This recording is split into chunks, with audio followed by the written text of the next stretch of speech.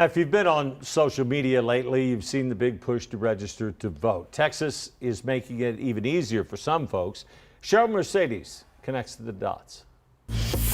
Registering to vote online is pretty common in states across the country, but not in Texas.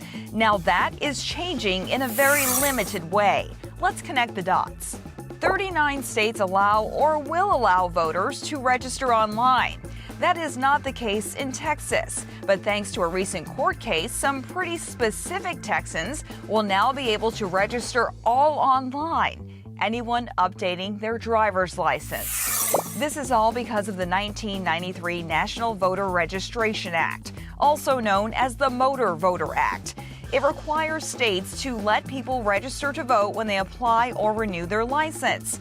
To comply with that law, Texas used to direct people updating their license to an online voter registration form they could print out and mail in.